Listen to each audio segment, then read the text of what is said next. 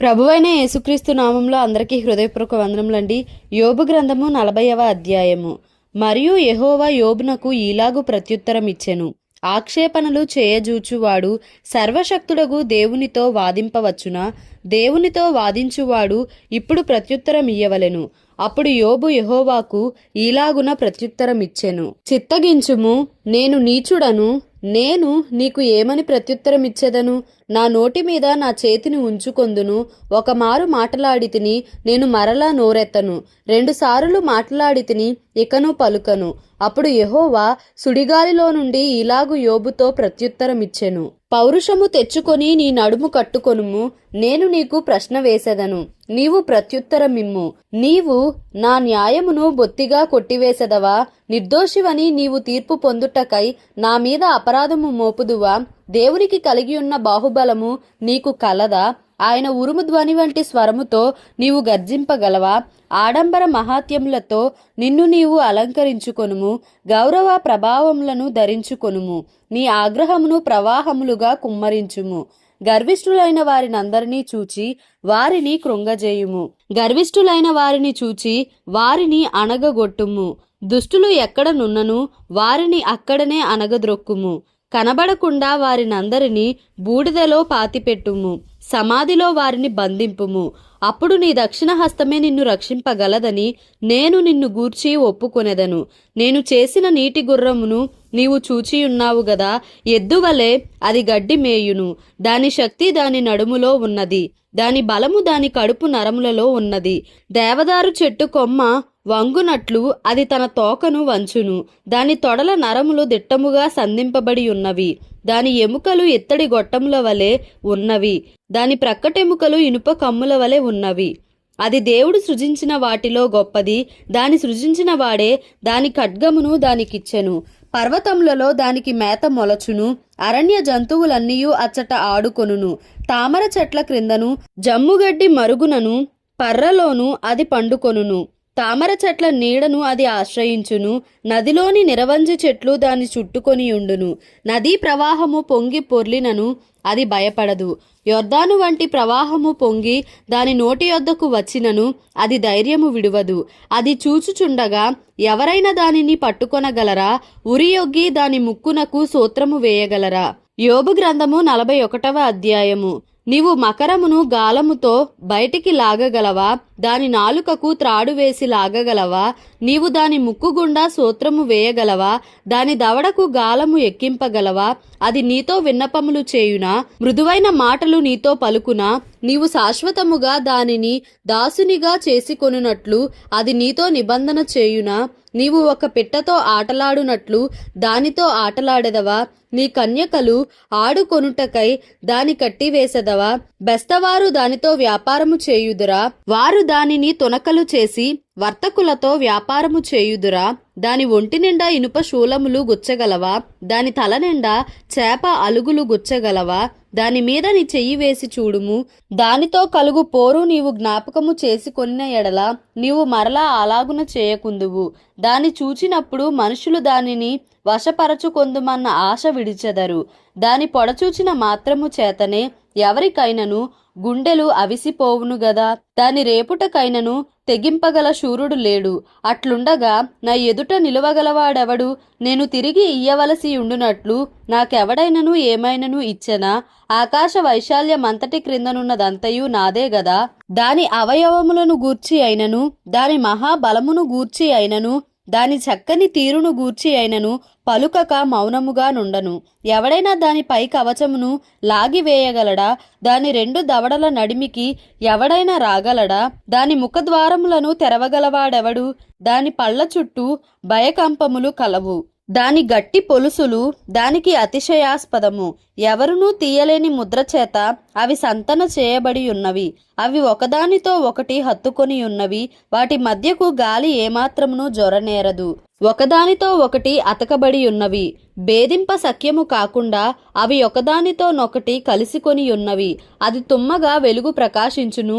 దాని కన్నులు ఉదయకాలపు కనురెప్పల వలెనున్నవి. దాని నోట నుండి జ్వాలలు బయలుదేరును. అగ్ని కణములు దాని నుండి లేచును. ఉడుకుచున్న కాగులో నుండి, జమ్ము మంట మీద కాగుచున్న బాణలో నుండి పొగ లేచునట్లు దాని నాసికా రంధ్రములలో నుండి లేచును. దాని ఊపిరి నిప్పులను రాజబెట్టును. దాని నోట నుండి జ్వాలలు బయలుదేరును. దాని మెడ బలమునకు స్థానము. భయము దాని ఎదుట తాండవమాడుచుండును. దాని ప్రక్కల మీద మాంసము దళముగా ఉన్నది. అది దాని ఒంటిని గట్టిగా అంటియున్నది. అది ఊడిరాదు. దాని గుండె రాతివలె గట్టిగానున్నది.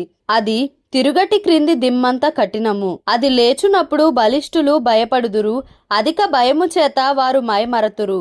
దాని చంపుటకై ఒకడు ఖడ్గము దూయుట వ్యర్థమే. ఈటెలైనను బాణములైనను పంట్రకోలలైనను అక్కరకు రావు. ఇది ఇనుమును గడ్డిపోచగాను ఇత్తడిని పుచ్చిపోయిన కర్రగాను ఎంచును. బాణము దానిని పారదోల జాలదు. వడిసెల రాళ్ళు దాని దృష్టికి చెత్తవలే ఉన్నవి. దుడ్డు కర్రలు గడ్డి పరకలుగా ఎంచబడును. అది వడిగా పోవుచుండు ఈటను చూచి నవ్వును. దాని క్రింది భాగములు కరుకైన చిల్ల పెంకుల వలె ఉన్నవి. అది బురద మీద నురిపిడి కొయ్య వంటి తన దేహమును పరచుకొనును. కాగు మసలునట్లు మహాసముద్రమును అది పొంగజేయును. సముద్రమును తైలము వలె చేయును. అది తాను నడచిన త్రోవను తన వెనుక ప్రకాశింపజేయును. చూచిన వారికి సముద్రము నెరసిన వెంట్రుకలుగా తోచును. అది భయము లేనిదిగా సృజింపబడినది. భూమి మీద దాని వంటిదేదియూ లేదు. అది గొప్పవాటినన్నిటినీ తిరస్కరించును. గర్వించిన జంతువులన్నిటికీ అది రాజు. యోబు గ్రంథము 42వ అధ్యాయము. అప్పుడు యోబు యెహోవాతో ఇలాగు ప్రత్యుత్తరమిచ్చెను. నీవు సమస్త క్రియలను చేయగలవనియు నీవు ఉద్దేశించినది ఏదియూ నిష్ఫలము కానేరదనియు నేనిప్పుడు తెలిసికొంటిని. జ్ఞానము లేని మాటల చేత ఆలోచనను నిరర్ధకము చేయు వీడెవడు? అలాగున వివేచన లేనివాడనైనా నేను ఏమియూ నెరుగక నా బుద్ధికి మించిన సంగతులను గూర్చి మాటలాడితిని. నేను మాటలాడగోరుచున్నాను, దయచేసి నా మాట ఆలకింపుము. ఒక సంగతి నిన్ను అడిగెదను, దానిని నాకు తెలియజెప్పుము. వినికిడి చేత నిన్ను గూర్చిన వార్త నేను వింటిని. అయితే ఇప్పుడు నేను కన్నులారా నిన్ను చూచుచున్నాను. కావున నన్ను నేను అసహ్యించుకొని ధూళిలోను బూడిదలోను పడి పశ్చాత్తాపడుచున్నాను. యెహోవా యోబుతో ఆ మాటలు పలికిన తరువాత ఆయన తేమానీయుడైన ఎలీఫజుతో ఇలాగు సెలవిచ్చెను. నా సేవకుడైన యోబు పలికినట్లు మీరు నన్ను గూర్చి యుక్తమైనది పలుకలేదు గనుక నా కోపము నీ మీదను నీ ఇద్దరు స్నేహితుల మీదను మండుచున్నది. కాబట్టి 7 ఎడ్లను 7 పొట్టేళ్లను మీరు తీసుకొని నా సేవకుడైన యోబునొద్దకు పోయి మీ నిమిత్తము దహనబలి అర్పింపవలెను. అప్పుడు నా సేవకుడైన యోబు మీ నిమిత్తము ప్రార్థన చేయును. మీ అవివేకమును బట్టి మిమ్మును శిక్షింపకయుండునట్లు నేను అతనిని మాత్రము అంగీకరించెదను. ఏలయనగా నా సేవకుడైన యోబు పలికినట్లు మీరు నన్ను గూర్చి యుక్తమైనది పలుకలేదు. తేమానీయుడైన ఎలీఫజును షూహీయుడైన బిల్దదును నయమాతీయుడైన జోఫరును పోయి యెహోవా తమకు ఆజ్ఞాపించినట్లు చేయగా యెహోవా వారి పక్షమున యోబును అంగీకరించెను. మరియు యోబు తన స్నేహితుల నిమిత్తము ప్రార్థన చేసినప్పుడు యెహోవా అతని క్షేమస్థితిని మరలా అతనికి దయచేసెను. మరియు యోబునకు పూర్వము కలిగిన దానికంటే 2 అధికముగా యెహోవా అతనికి దయచేసెను.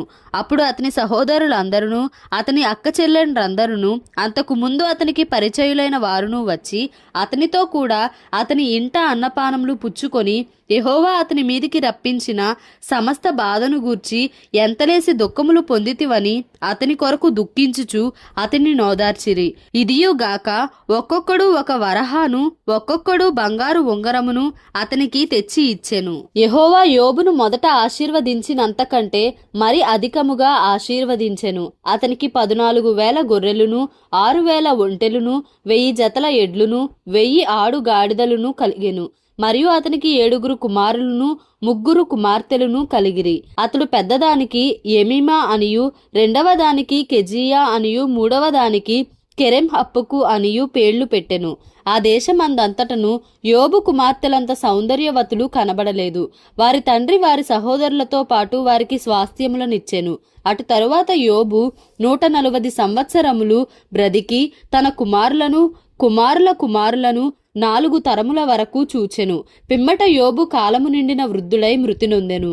దేవుడి పరిశుద్ధ వాక్యమును మన వినికిడిలో దీవించి ఆశీర్వదించునుగాక. Amen. Please like, share and subscribe for more videos.